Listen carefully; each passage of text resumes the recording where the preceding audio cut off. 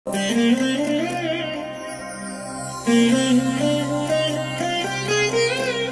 దినం పరము నుండి దిగివచ్చు మాట. ఇది నీ జీవితానికి వెలుగుల బాట. నీ ఒడిలో ఉంచబడిన దీవెనల మూట, అద్భుతాల ఆనంద ఊట. జనవరి 20 సంవత్సరమంతా మీరు బైబిల్ చదివి ముగించడానికి ఈరోజు మీరు చదవవలసిన లేఖన భాగం ఉదయం ఆదికాండం నుండి 49 మరియు 50 అధ్యాయములు, సాయంత్రం క్రొత్త నిబంధన నుండి మత్తయి సువార్త 13వ అధ్యాయము 31 నుండి 58వ వచనం వరకు. ప్రియమైన దేవుని బిడ్డలారా, ఈ ఉదయకాల సమయంలో ప్రభు కృప మీ అందరికీ తోడైననుగాక.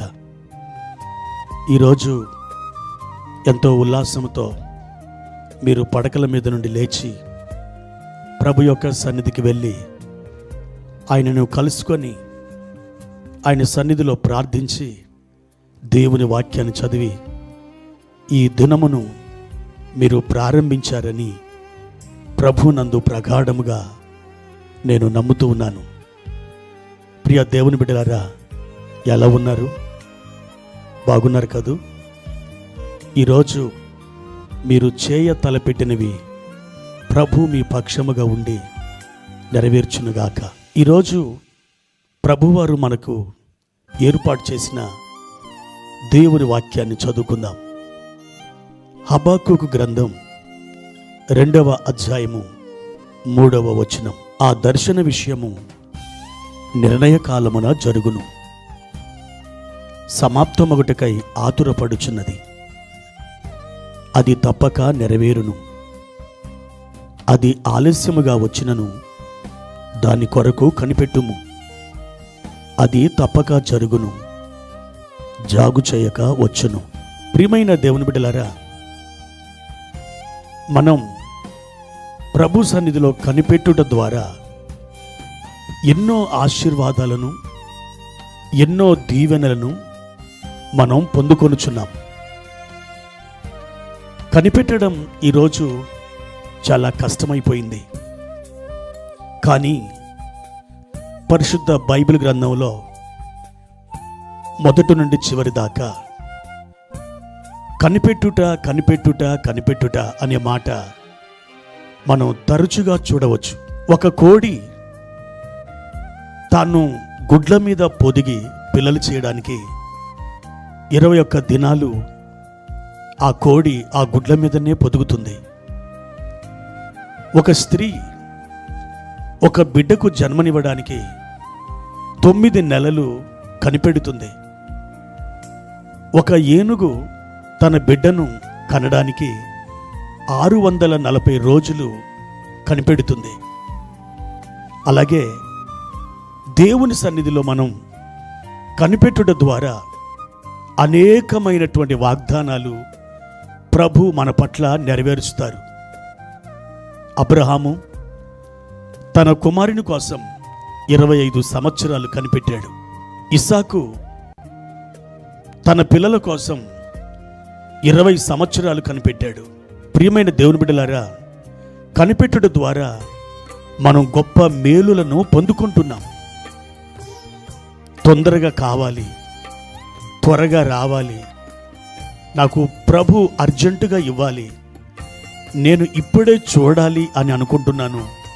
ఈ విధంగా మనం తొందరపడి మనం దేవుని యొక్క అద్భుతమైన ఆశీర్వాదాలని పోగొట్టుకుంటున్నాం.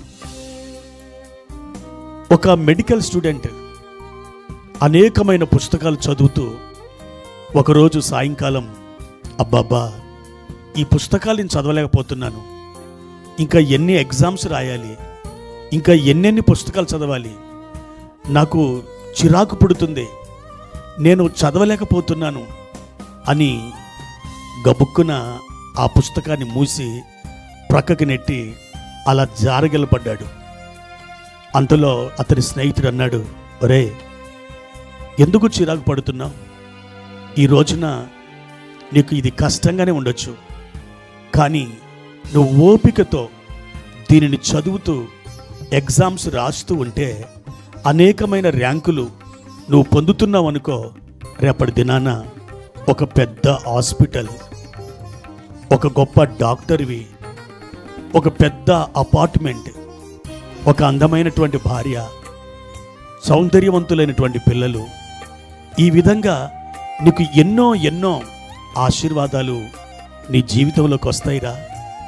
నువ్వు బాధపడొద్దు, కొంచెం ఓపిక తెచ్చుకో అంటూ ఆ స్నేహితుడు ఇతన్ని అనునయంగా మాట్లాడుతూ వచ్చాడు.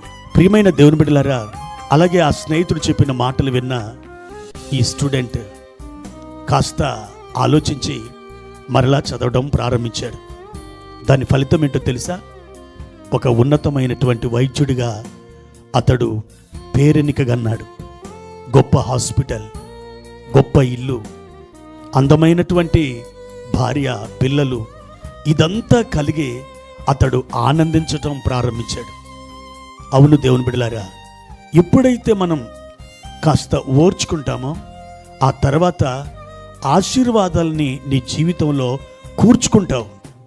నువ్వు కూర్చుకోవాలంటే ఓర్చుకోవాలి. అందుకే కాస్త మనం ఓపిక పట్టినట్లయితే వాగ్దానము చేసినవాడు నమ్మదగినవాడు కనుక ఆయన మీకిచ్చిన ఆ దర్శనాన్ని, మీకిచ్చినటువంటి ఆ ప్రవచనాన్ని, మీకిచ్చిన ఆ వాగ్దానాన్ని ఆయనే తన కాలములో నెరవేరుస్తారు. అద్భుతమైన దీవెనల్ని ప్రభువారు మీకు దయచేస్తారు. ప్రియమైన దేవుని బిడ్డలారా, పాలు తేనెలు ప్రవహించే వాగ్దాన దేశానికి ఇజ్రాయేలు ప్రజలు వెళ్ళడానికి వారు అరణ్యంలో 40 సంవత్సరాలు ప్రయాణం చేయవలసి వచ్చింది. వాగ్దాన దేశం ఏదో వారు అనుకున్న వెంటనే వారి ఒడిలోకి వచ్చి పడలేదు. ఆ వాగ్దాన దేశం కోసం 40 సంవత్సరాలు ఎదురు చూశారు. ఆ అరణ్యంలో ఎన్నో శ్రమలు వారు అనుభవించారు. ఎన్నో శోధనల గుండా వారు ప్రయాణం చేశారు. ఆ తర్వాత వారు యోర్దాను దాటి పాలు తేనెలు ప్రవహించే కనాన్ దేశంలోకి అడుగుపెట్టారు. ప్రియ దేవుని బిడ్డలారా, సొమ్మసిల్లకండి, అధైర్యపడకండి, నిరీక్షణతో మీ విశ్వాస యాత్ర కొనసాగిస్తూ ఉండండి. నిశ్చయముగా మీ జీవితంలో అది తప్పకుండా జరుగుతుంది. జాగు చేయక మీ ఒడిలోకి వస్తుంది. నిర్ణయ కాలమున దేవుడు ఖచ్చితంగా మీరు ఆశించినది మీకు అనుగ్రహిస్తాడు. దేవుని యొక్క వాగ్దానం ఈరోజు మీతో మాట్లాడుతుంది.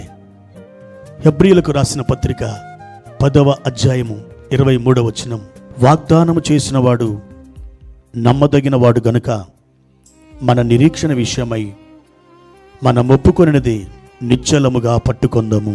ఈ వాగ్దానం ప్రకారం దేవుడు మీకు కార్యం చేయబోతున్నారు. ఈరోజు ధైర్యం తెచ్చుకొని మీరు ముందుకే సాగి వెళ్ళండి. ప్రార్థన. ప్రియమైన తండ్రి, మీ ఘనమైన నామానికి వందనాలు. ఈ ఉదయకాల సమయంలో కనిపెట్టుట ద్వారా మేము పొందుకునే ఆశీర్వాదాలు అయ్యా మీరు మాకు తేటగా బోధించినందుకు వందనాలు. అనేక మారులు తొందరపడి గందరగోళపు పరిస్థితుల్లో గుండా అయ్యా మేము వెళ్ళిన అనుభవాలున్నాయి. తండ్రి, మీ దివ్య వాక్యము ఈ ఉదయకాలం మాకు ఏమి నేర్పించిందో ఆ వాక్య ప్రకారం ఓపిక, నిరీక్షణ కలిగి మీ సన్నిధిలో కనిపెట్టుకోవడానికి కృపను దయచేయమని మా ప్రియులందరినీ ఆదరించండి, వారిని బలపరచండి. ఏమాత్రమును తొట్టిల్లకుండా వారికి సహాయం చేసి మీరు ఏర్పరిచిన ఆ మార్గములో చక్కగా నడవడానికి సహాయం చేయమని యేసు నామమున ఈ ప్రార్థన అడిగి వేడుకుంటున్నాం తండ్రి. ఆమేన్.